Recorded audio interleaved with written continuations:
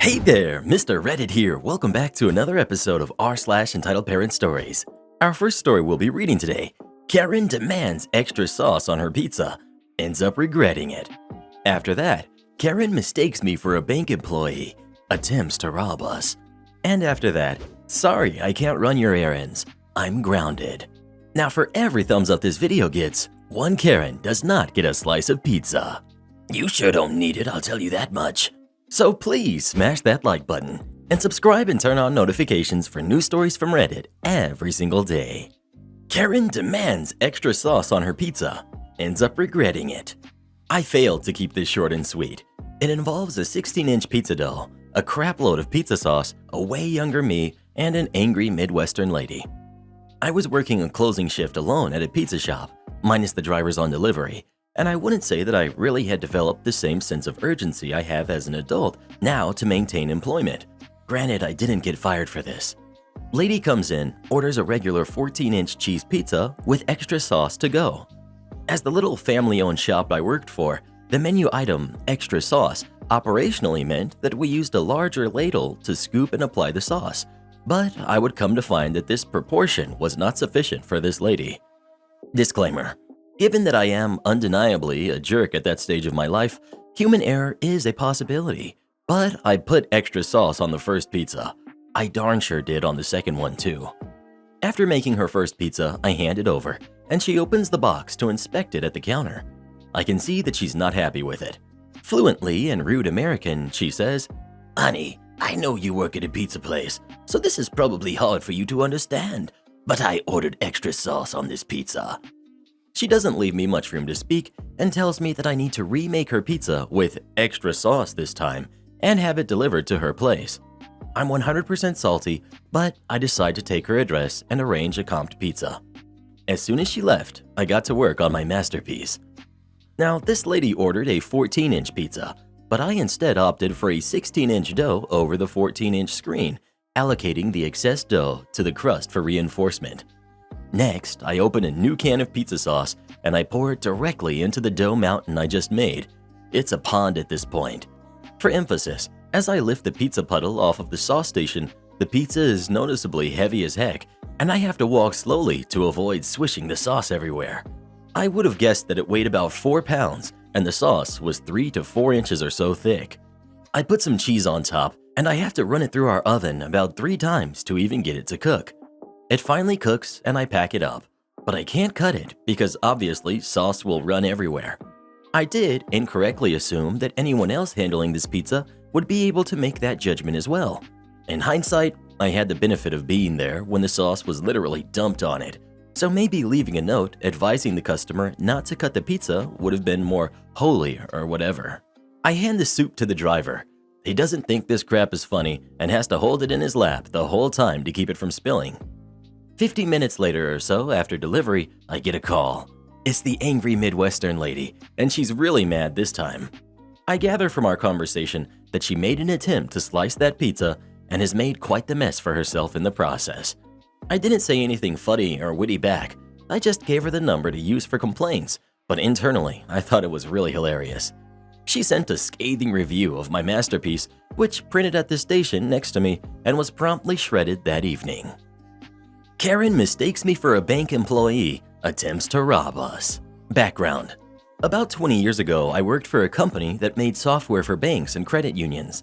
2 smaller regional banks merged, and we were called in to upgrade all the branches for the same version of software and to point the network to the new consolidated bank.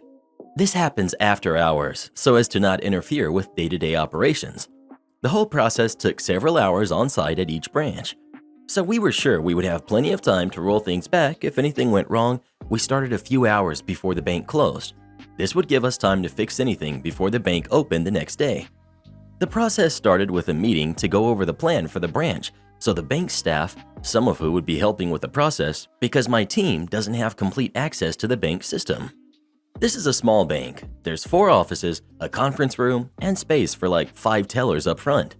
It turned out it was payday for some large employer or something, but just as I started my meeting with the branch manager, the 2 staff from my company and the 2 bank employees who would be opening the bank the following day, the bank starts to get really busy. The meeting lasts about 30 minutes, and all the while the line and waiting area is filling up. So I rush through the details for the bank manager and release him, then the 2 opening staff. I leave the details for my team for last. My team knew the process, they just needed to know what computers to start on first. Anyway, I dismiss the bank staff and they go to help the rush up front, and I continue my meeting with my team and then send them out to get some food since it looks like the bank might not close on time anyway. I head over to the bank manager's office and immediately a woman ducks under the rope line and makes straight for the office and tries to follow me inside. I didn't see her step out of line, so at first I thought maybe she was a bank employee. As soon as I turned around, she says something like, "It's about darn time. I've been waiting for half an hour." This was BS because we started this meeting at 4:30 and it wasn't even 5 yet. I tried to tell her that she was mistaken. I don't work at the bank. But then she cut me off, not even paying attention to what I was saying. She plopped herself down in one of the chairs and said, "I need to make a withdrawal." I replied, "Sorry, I can't help you with that. You'll need to go wait in line." "No, I've already waited for an hour. I know you can do it. You've done it before." She slaps her ID and bank card on the desk and says, "Just open the darn drawer and give me $2,000. I can't. I couldn't even finish explaining I don't work there. "BS, you've done it before. Give me $2,000. "I can't." "That's it." At this point, she raised her voice and is now standing.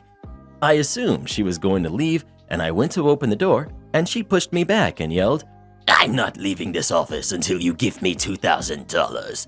She then picked up a screwdriver out of the toolkit sitting on the desk and starts prying at the desk drawer. I push her back, and she swings at me with the screwdriver. I step back, but she scratches my arm, tearing my shirt, and goes back to prying at the drawer.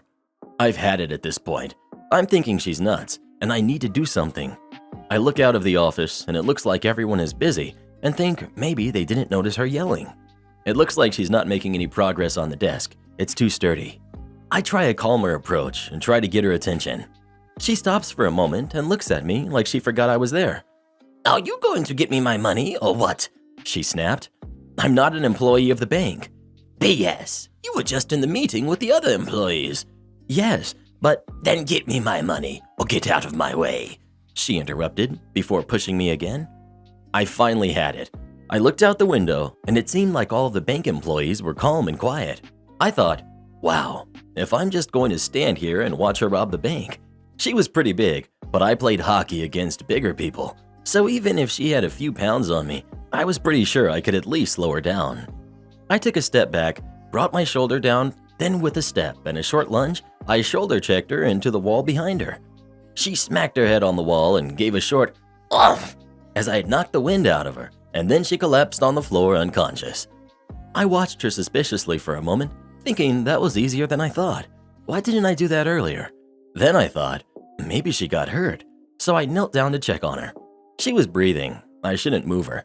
The screwdriver flew across the office, so I just stepped over her and walked out into the bank. About this time, I heard sirens, lots of them. A short while later, some police came into the bank. Having just assaulted this Karen and leaving her in there, I put my hands up. The police walked over, looked at me, then walked into the office. I turned around and the bank staff were pointing at the office where I had just left. Evidently, they triggered the silent alarm as soon as she yelled at me to give her the money. They moved the other customers to the conference room, and we're following protocols to comply and not interfere.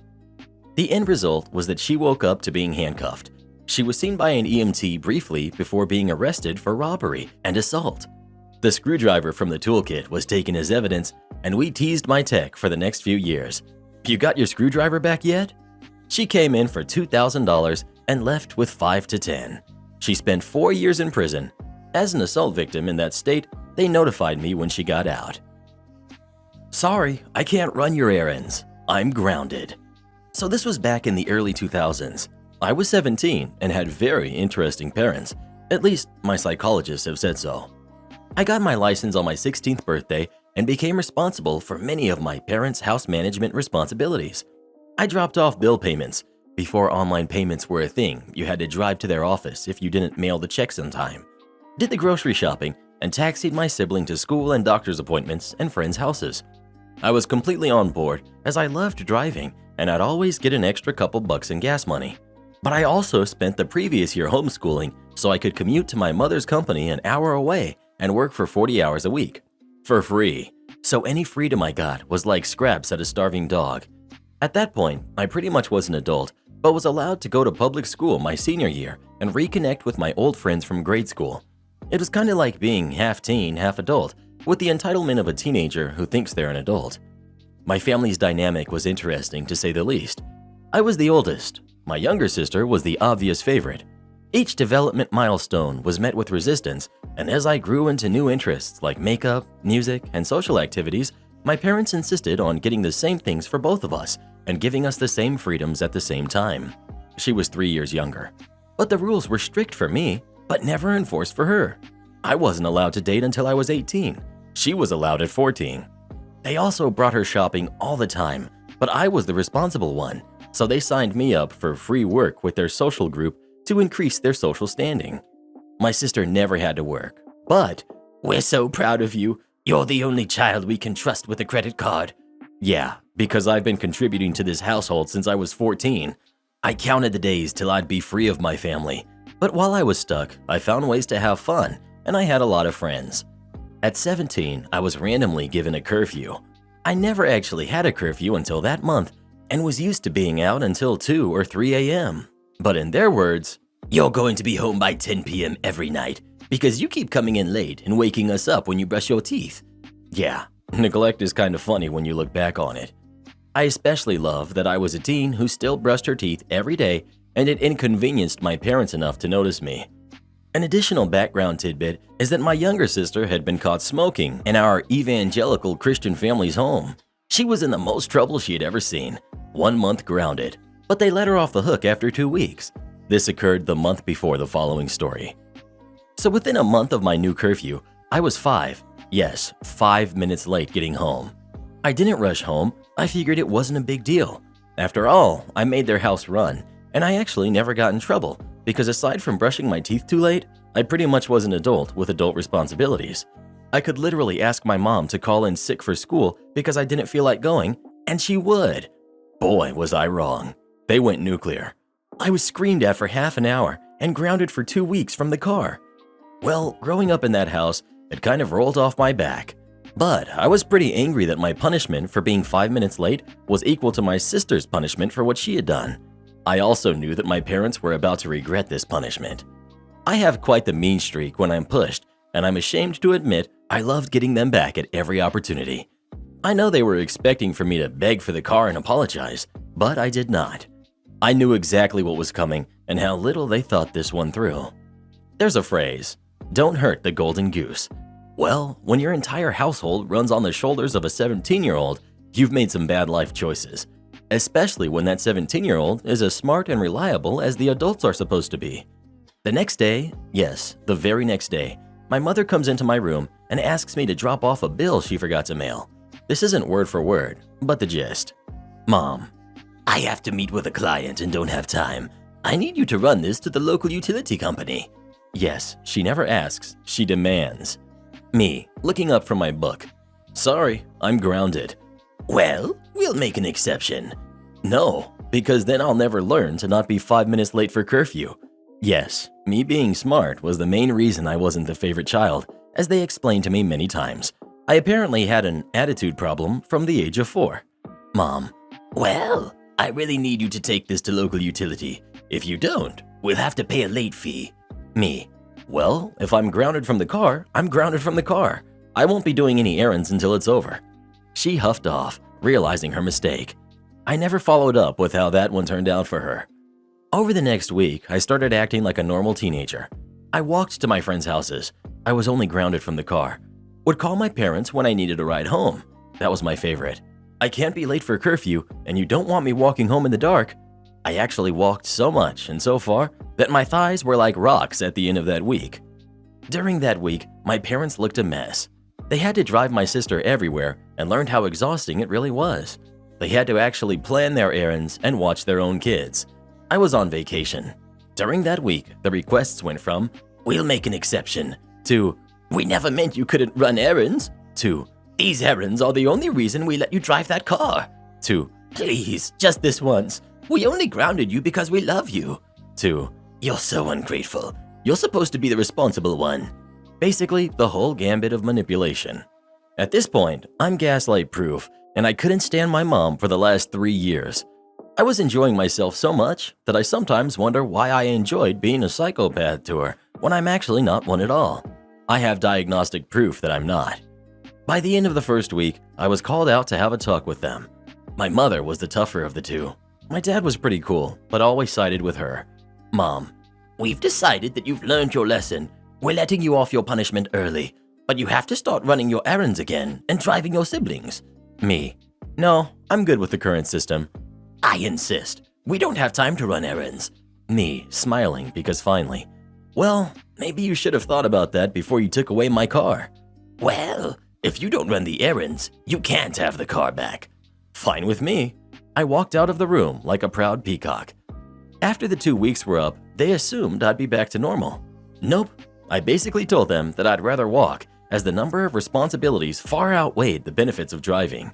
They were not happy, but what could they really do? They lasted 1 more week. I went carless for a total of 3 weeks. Finally, my mom broke down and did the unthinkable. She begged. Well, the words were begging, the tone was sucking up, but I truly enjoyed it. It took all my energy not to beam with self-pride. Now, my mother was a saleswoman. She had been inadvertently training me for years. In that moment, I opened negotiations. In the end, I got an extra $10 a week in gas money on top of the $3 here or there for unscheduled errands. I still had the curfew, but I got a few minutes grace period from then on. They never even dared to threaten to take my car or license away again. But the cherry on top, my sister's personal taxi service was closed. Apparently, she treated them the same way she treated me during her frequent and unnecessary rides, and from then on, she had to be nice if she wanted a ride. There were a few incidences where she tried to get my parents to force me to take her or tell her where I was going, but they didn't. They knew better than to hurt their golden goose or home management, and for the rest of the year, I finally had a great childhood because I was left alone on my own terms. Do the job you were hired for or have it ripped out from under you. Most people, including myself, have lived in an apartment at least one time or another and over the course of their lives, and can attest to the nuances and annoyance that come from a poorly designed building. Thin walls, loud neighbors, circuit breakers tripping, poor air conditioning, lackluster lighting, abysmal parking, etc. I have personally experienced all of these, and in my college years, I was also part of the problem. Loud parties, loud music, etc. We upset many of our neighbors. So, after getting the partying out of my system, putting my nose to the books, and graduating with a degree in electrical engineering, I found myself several years later working with a developer of multifamily housing. Hoping to right some wrongs from the past, I pledged to make the experience for the people who would be living in the community a bit better than my own. I couldn't control the building materials or aesthetics of the complex, but I did have control over the design of the electrical system from the utility transformer to the outlet you plug your hairdryer into. I therefore set out to design a robust system with more circuits per apartment, better lighting, better materials, and better access than what was typical for the building construction at the time. My first step was to tackle the exterior lighting for the complex. Instead of using metal halides, those large shoebox lights that buzz at nights, I persuaded the developer to install LED pole and building mounted lights. These were designed to increase the light output of the parking area and walkways for safety, while maintaining cutoff so it wouldn't intrude into someone's bedroom window. They looked good, saved energy, and had a higher color rendering index, 80, than the standard metal halides, 70. It took a while to get the calculations correct, but in the end, I was happy with it. Moving on to the apartment units, my design philosophy was such that no one at any time should be overloading any circuit within the apartment under normal use. No lights should dim when appliances, vacuums for example, were plugged in. Every room had access to plugs on every wall. Every room should have a light, and every light should be controlled by a switch, and every switch should be within arm's length of any entry point to the room. I spent several weeks refining the project template, and after some back and forth with our client, the developer, some items were cut, but the majority remained as per the design intention, which was spelled out to the T. I was happy, they were happy, and after the drawings made their way through permitting, the developer hired the contractors, and the project was underway. Everything was going great until the general contractor hired the electrical subcontractor. For the purpose of this story, we should call this electrical contractor Eddie, not his real name. As a contractor, you sign a contract stating that you'll build what is shown on the drawings for a certain price. If the client accepts your offer, you win the contract. In doing so, you're obligated to provide what was shown on the drawings unless an addendum, revision, or substitute modifies the original contract, all of which must be approved by the engineer. It all started when I started receiving his submittals. For those not in the industry, this is a standard practice between the contractor and engineer, where the contractor will submit the materials he intends to use on the project to the engineer for approval. It is typical to see deviations from the design here and there, as contractors will typically source most of their building materials from a select number of vendors, a single vendor being ideal. The vendors will provide alternatives to the design, and it's up to the engineer to determine if these substitutes are acceptable or not. The first submittal was for the exterior lighting, which was complete garbage. Eddie submitted metal halide lighting, which was not only the wrong type of light, but the wrong distribution, which would cause backlighting into the residents' windows at night, the wrong color temperature, and the wrong output, too dim. I rejected the submittal outright and told him to provide the light fixtures shown on the plans, which specifically indicated that no substitutions were allowed due to the calculations that were involved in the design, photometrics. I gave him a call to explain this fact and told him to resubmit per the plans. Eddie wasn't happy. Not happy at all. However, Eddie does submit another fixture which was slightly better, but still not on par with the design. Again, I reject the submittal and state that unless he can prove that the fixture he submitted is similar to or superior than the photometrics shown on the drawings, it will not be accepted. It is not the engineer's responsibility to proof a substitute, and if he wants to use this fixture, he'll need to submit his own photometric calculations as well to prove the point. So Eddie does this. The calculations look good, really good. So good that I get suspicious and run his light fixture in my own model. And nothing matches at all. It's not even close, which means he forged information on a contractual document, and now I had leverage for what happens next. The client calls and asks what is holding up the project. I call my boss and explain the situation. He agrees and backs my case to the client, which leaves Eddie with no choice but to provide the fixtures he agreed to when he signed the contract. This back and forth continues with several other submittals, which become shorter and show less information. I call Eddie to tell him he's missing items, and he responds with excuses, and after some time ends up not returning calls or emails. Time passes, and I move on to other projects. Then I get a call from our client that some of the buildings are ready for a walkthrough, and he would like me to do a site visit to check the work before drywall is installed. We set a date, and I'm off to check it out. I arrive and see the site lighting that started our feud. It's correct and looks good, and I feel optimistic, hoping he learned his lesson. That was until I entered the first of the apartment units. The first thing I notice is the wiring is white. This is typical for smaller gauge Romex wire, number 14, and our drawings show number 12 wire, typically yellow, which was our office standard. I take a closer look and confirm this is the case. Now, usually I don't take issue with this if it's brought to our attention ahead of time and if it's used for lighting circuits only. 14.2 Romex is perfectly acceptable to use regardless. It's industry standard and code compliant. It just doesn't match our drawings and would require an unnecessary revision to our part to match what Eddie had told his guys to install to save himself from money without first discussing with us, me and my client. Then I look around the circuiting and I'm dumbfounded. Except for a few dedicated circuits, the drawings weren't followed at all. Lights and power circuits were combined, as were the rooms. As it stood, it would have been just another crappy apartment with the same problems I had spent so much time working to rectify in the first place. Again, we could have discussed this ahead of time, bounced ideas off of each other and worked it out. I worked as an electrician to pay for college for years, so I know the nuances of wiring methods well and enjoyed troubleshooting problems with electricians. Except this was Eddie, and Eddie messed up. Instead of working through the problem, he went off the radar and went rogue. Eddie was about to pay for his transgressions. Pro-revenge. I wrote my report along with my pictures and copies of the plans. It looked like a crime scene, with red lines, strike-throughs, captions, and comments which illustrated clearly and definitively the stark differences between what was designed and the dumpster fire that was installed. It was sent to our client and my best buddy, Eddie, which is standard. The client was upset. We got on a call, and Eddie got chewed out for his poor communication and decision to abandon the plans and do his own thing. However, Eddie did have something on his side, which was the electrical code. Even though the plans were completely ignored, he was still in compliance, and he made that point clear. Except I had an ace up my sleeve. When I sent out the report, I didn't just send it to Eddie and the client.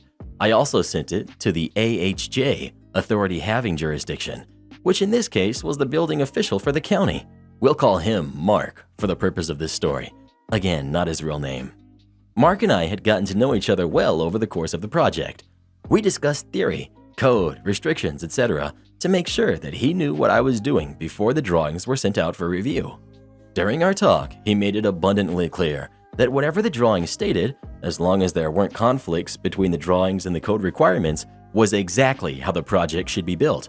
Period. Looping back to the phone call between myself, the client, and Eddie, I suggested we add another person to the call, who is the project superintendent, who we'll call Steve.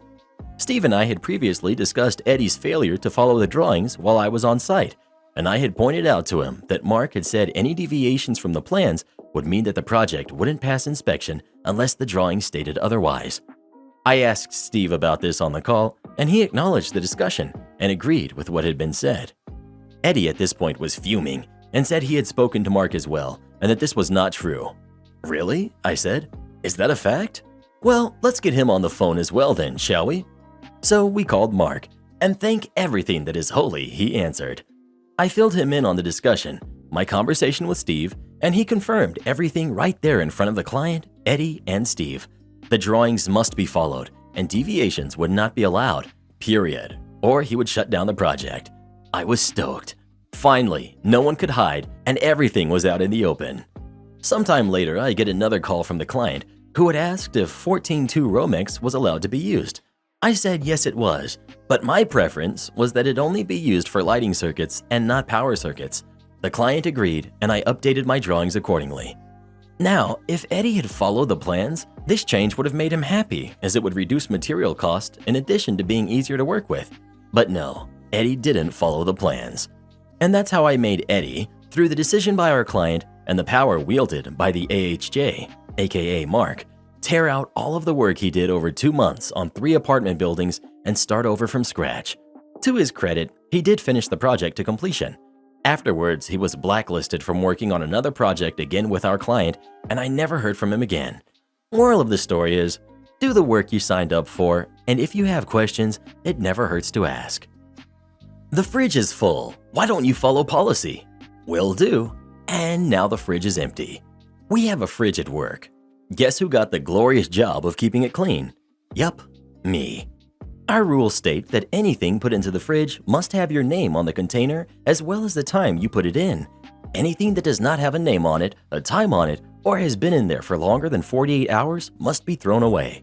It doesn't even specify that condiments like ketchup are exempt. Quite literally, anything in the fridge. How are you going to comply with this if it's something like an apple? A few things you should know about me in the beginning of this compliance. The style of food I eat is what most people would consider trash. For lunch, I frequently pop a can of food and eat without heating it. As such, I rarely use the fridge, or really anything in the break room, but I get the job of keeping it clean. I really could care less about what's in there as long as it doesn't look rotten or give off an offensive odor. In addition, when there's an office party, the leftovers tend to make their way into our fridge to slowly be eaten by the employees as sort of a free lunch.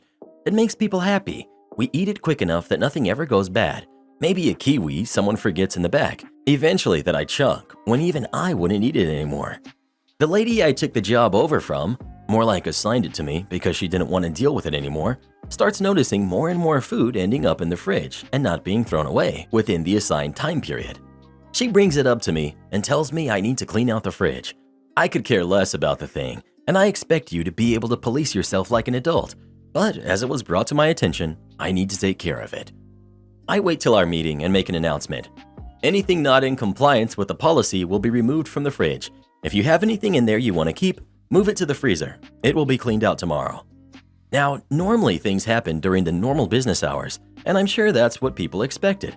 But I don't know who eats what or when things were put in unless they are labeled, and I figured once I clean it, no longer my problem as I did what I was asked to.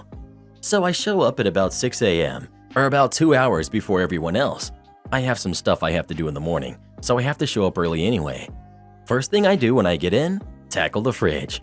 They were told yesterday to move their stuff, and nothing that's in there could have been put in there today because no one else had showed up yet.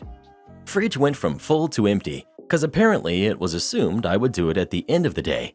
Nope, right away in the beginning. I'm not as savage though. Communal condiments that were not expired were left. Tupperware was washed out and left on the table while the contents were discarded. If it looked like a throwaway container, into the garbage it went. When people showed up and looked in the fridge, their expression was what the heck. A lot of people were mad, including the person who told me to clean it out. Apparently, I threw away one of her snacks. I explained the situation, reminded them of the instructions I had given them the day before, and no one could really say anything. Shortly after that, the lady left. I went back to not giving a dang about the stupid fridge. Told everyone I was going back to just spot checks and to police themselves, and no one has complained. For those of you wondering, I still check it to ensure nothing is going bad. I just don't care to throw away people's snacks like I'm supposed to. Click this button to join as a member today, and we'll give you a shout out in our next video. Or come watch this video next. It's one of the funniest ones we've ever done.